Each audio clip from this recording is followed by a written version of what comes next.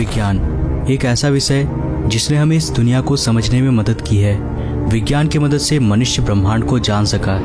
विज्ञान की मदद से मनुष्य के मन में जिज्ञासाएं पैदा हुई और इन्हीं जिज्ञासाओं ने हमें कई प्रश्न दिए। इन्हीं प्रश्नों के उत्तर हमें विज्ञान देता है, जिससे हम और आधुनिक बनते हैं। वर्तमान में हम विज्ञान के क्षेत्र में काफ़ी आगे बढ़ चुके हैं।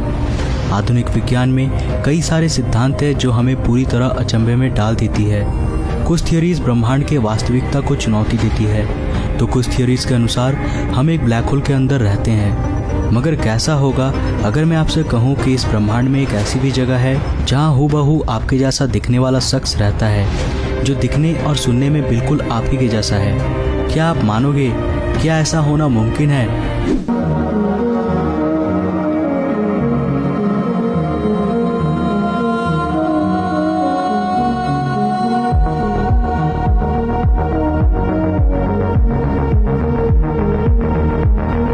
मल्टीवर्स, आपने इसके बारे में सुना होगा। मल्टीवर्स के सिद्धांत के अनुसार हमारे ब्रह्मांड की तरह कई सारे अन्य ब्रह्मांड हैं जिन्हें हम देख नहीं सकते, क्योंकि या तो वे हमसे बहुत ही दूर मौजूद हैं या फिर वे दूसरे डायमेंशंस में यानी आयामों में हैं जिन्हें हम देख नहीं सकते।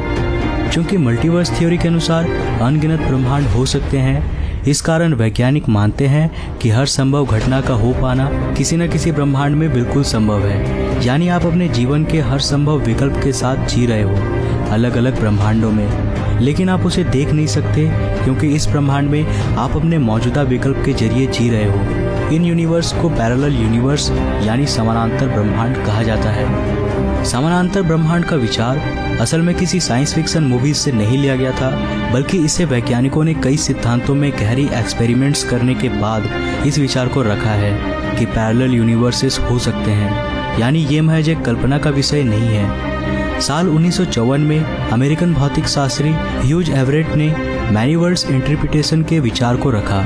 उनका कहना था कि क्वांटम लेवल पर पड़ने वाले इफेक्ट्स ब्रह्मांड को लगातार विभाजित करती हैं। इसका क्या मतलब है? इसका मतलब है कि हर वो चीज़ जो आप करते हो, आपके द्वारा किए गए प्रत्येक क्रिया एक नए ब्रह्मांड को जन्म देता है, और प्रत्येक नए ब्रह्मांड में आपके लिए गए निर्णय के अनुसार अलग अलग परिस्थितियाँ बनती हैं और उनका अलग अलग रिजल्ट्स निकलता है। उदाहरण के लिए आप रास्ते में एक डाइवर्जन पे खड़े हो, यहाँ से आपको या तो दाएं जाना है या फिर बाएं। इस जगह पर ब्रह्मांड आपके निर्णय के अनुसार दो भागों में विभाजित हो जाएगा, जिसमें से एक में आप दाएं जाओगे और दूसरे ब्रह्मांड में आप बाईं ओर जाओगे। यानी यहाँ हर संभव घटनाएं घटेंगी, लेकिन आप इसे महसूस नहीं कर पाओगे, ना ही इस ब्रह्मांड में और ना ही दूसरे ब्रह्मांड में। ह्यूज एवरेट ने अपने इस विचार को क्वांटम लेवल पर गहरी पढ़ाई करने के बाद रखा था। उनके इस सिद्धांत के अनुसार हम सब एक मल्टीवर्स में रह रहे हैं, जहां अनगिनत ब्रह्मांड मौजूद है और वहां उन ब्रह्मांडों में हम सभी के हूबहू प्रतिरूप रहते हैं। लेकिन आपकी जानकारी के लिए मैं बता दूं कि क्वांटम मैकेनिक्स में पढ़ाई करने वाले सारे वैज्ञानिक इसे सही नहीं मानते हैं। जाने माने वैज्ञानिक नील बोर्स, जिन्होंने एटम के बोर मॉडल को बनाया था, वे इस बात से सहमत नहीं थे कि हमारे प्रत्येक निर्णय की वजह से ब्रह्मांड कई भागों में विभाजित हो जाती है।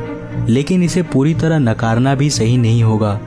पैरेलल यूनिवर्स के अस्तित्व का विचार बिग बैंग के साथ ही आया था, एक अज्ञात शक्ति जिसने एक सूक्ष्म सिंगुलैरिटी में इतना बड़ा विस्फोट कराया, जिससे हमारे 3 डायमेंशनल ब्रह्मांड का जन्म हुआ। चूंकि दृश्य ब्रह्मांड केवल वहीं तक फैला है जहां तक कि रोशनी हमारे पास पहुंच पाई है, यानी 13.7 अरब प्रकाश वर्ष दूर। यहाँ हम नहीं कह सकते हैं कि इससे आगे ब्रह्मांड मौजूद नहीं है। हो सकता है कि इससे आगे का ब्रह्मांड हमारे ब्रह्मांड से अलग हो सकता है कि वहाँ भौतिकी के नियम अलग हो, या फिर वो भी हमारे ब्रह्मांड के समान ही हो सकता है। वैज्ञानिक कहते हैं कि मल्टीवर्स में ब्रह्मांड एक दूसरे के पास पास रहते हैं और ये सब साथ में ब्रह्मांडों के एक भीमकाय समूह की रचना करते हैं। कुछ वैज्ञानिक कहते हैं कि हमारा ब्रह्मांड अनंत तक फैला हुआ है, जहाँ एक निश्चित दूरी के बाद सभी चीजें खुद को दोहराती है। यानी ब्रह्मांड में एक निश्चित दूरी के बाद हमारे सौरमंडल का भी प्रतिरूप मौजूद है। लेकिन जो भी हो, हम मल्टीवर्स के सिद्धांत को पूरी तरह साबित नहीं कर सकते और ना ही इसे गलत साबित किया जा सकता है। हालांकि अगर मल्टीवर्स वाकई में मौजूद है, तो हो सकता है कि आपके हजारों प्रतिरूप इस ब्रह्मांड में मौजूद है, जो आपके लिए गए अलग अलग निर्णय के अनुसार जीवन जी रहे हैं। यानी कि अगर आप इस ब्रह्मांड में एक सिंगर हो तो हो सकता है कि किसी अन्य ब्रह्मांड में आप एक क्रिकेटर की लाइफ जी रहे होगे और किसी दूसरे ब्रह्मांड में आप एक साइंटिस्ट बन चुके हो। अगर मल्टीवर्स का सिद्धांत वाकई में सही है तो आपके द्वारा की गई हर एक प्रतिक्रिया केवल आपके ही नहीं बल्कि आपके सभी प्रतिरूपों के जीवन पर प्रभाव डालती है। पैरेलल यूनिवर्स का आइडिया स्ट्रिंग थ्योरी से निकल कर आता है, जो कहता है कि ब्रह्मांड में एकदम छोटे लेवल पर पार्टिकल्स वाइब्रेट करने वाले स्ट्रिंग्स के रूप में मौजूद होते हैं। पैरेलल यूनिवर्सेस कई प्रकार के हो सकते हैं, जिनमें से कुछ सिद्धांत के मुताबिक ब्रह्मांड में हमारा प्रतिरूप हमसे बहुत दूर मौजूद है।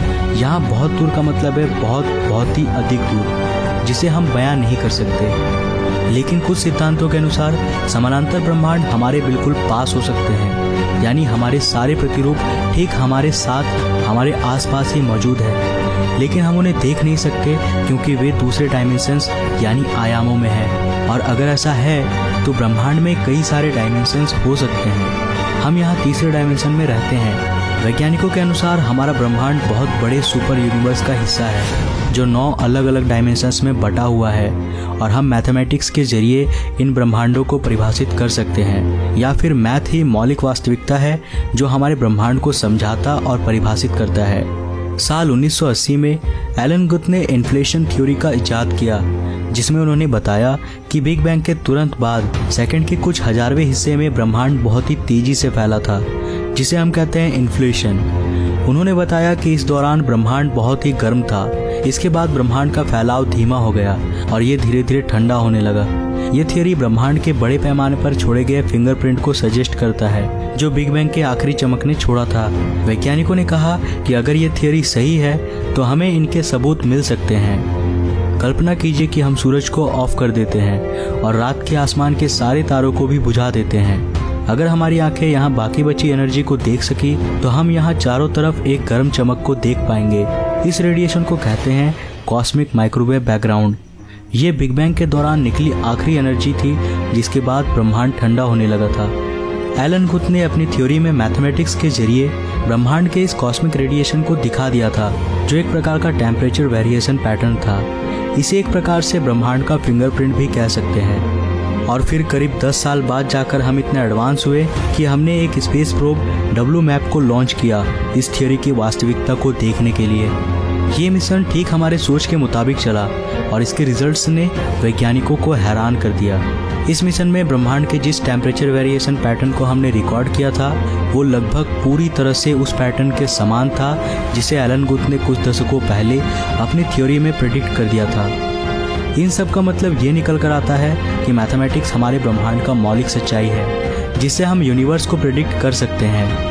हम मैथमेटिक्स के जरिए दूसरे ब्रह्मांडों की भविष्यवाणियां कर सकते हैं। साथ ही हाल ही में हमें एक बहुत बड़ा सबूत मिला है जो संभावित रूप से मल्टीवर्स की थ्योरी का प्रमाण देता है। ब्रह्मांड का यह इलाका करीब 180 करोड़ प्रकाश वर्ष में फैला हुआ है, और चौंकाने वाली बात यह है कि ये बाकी के ब्रह्मांड से कई ज़्यादा ठंडा है। यह जगह ठंडा है क्योंकि यहाँ पर ब्रह्मांड के अन्य भागों की तुलना में ना के बराबर मैटर मौजूद है। वैज्ञानिक मानते हैं कि ये वॉइड किसी अन्य यूनिवर्स से हमारे यूनिवर्स के बीच हुए टक्कर में बना होगा। इस टक्कर की वजह से यहाँ का सारा मैटर, सारे गैलेक्सीज हमारे ब्रह्मांड से बाहर चले गए होंगे। इस वजह से ये इलाका पूरा खाली है, पर इसके बारे में हमारे पास कोई ठोस प्रमाण नहीं है। लेकिन ब्रह्मांड के इस भाग का एक नया मैप वैज्ञानिकों को ये जानने में मदद करेगी कि ये दूसरे ब्रह्मांड द्वारा छोड़ा गया एक छाप है, और अगर हम इसे पूरी तरह साबित कर सकें तो ये कोल्ड स्पॉट मल्टीवर्स के होने का पहला सबूत बन सकता है। और इससे ये भी साबित होगा कि हमारे ब्रह्मांड की तरह अनगिनत और ब्रह्मांड भी जरूर होंगे। लेकिन अगर हम इसे जान भी लें तो भी ये हमारे लिए उतना एक्साइटिंग नहीं होगा जितना ये सुनने में लगता है। हो सकता है कि इन ब्रह्मांडों में भौतिकी के नियम अलग अलग हो, और हो सकता है कि वहाँ मैथमेटिक्स और क्वांटम फिजिक्स जैसी कोई भी चीज़ मौजूद ही ना हो। हर वो चीज़ जो हम जानते हैं हो सकता है कि वो सब केवल हमारे ब्रह्मांड में ही होता हो जो हमसे जुड़ा हुआ है। कुछ भी हो, मल्टीवर्स का सिद्धांत सुनने में काफ़ी एक्साइटिंग लगता है, लेकिन कुछ वैज्ञानिक कहते हैं कि ये बस बेतुकी बातें हैं जिनका वास्तविकता से कोई लेना देना नहीं है। चूंकि हम इसे एक्सपेरिमेंट्स द्वारा साबित नहीं कर सकते हैं, इसलिए कुछ वैज्ञानिक इस थ्योरी को विज्ञान से बाहर बताते हैं। लेकिन जैसा कि मैंने शुरू में बताया कि हम इस थ्योरी को पूरी तरह से नकार भी नहीं सकते। ऐसे और भी सबूत हैं जो पैरेलल यूनिवर्स के होने का प्रमाण देते हैं।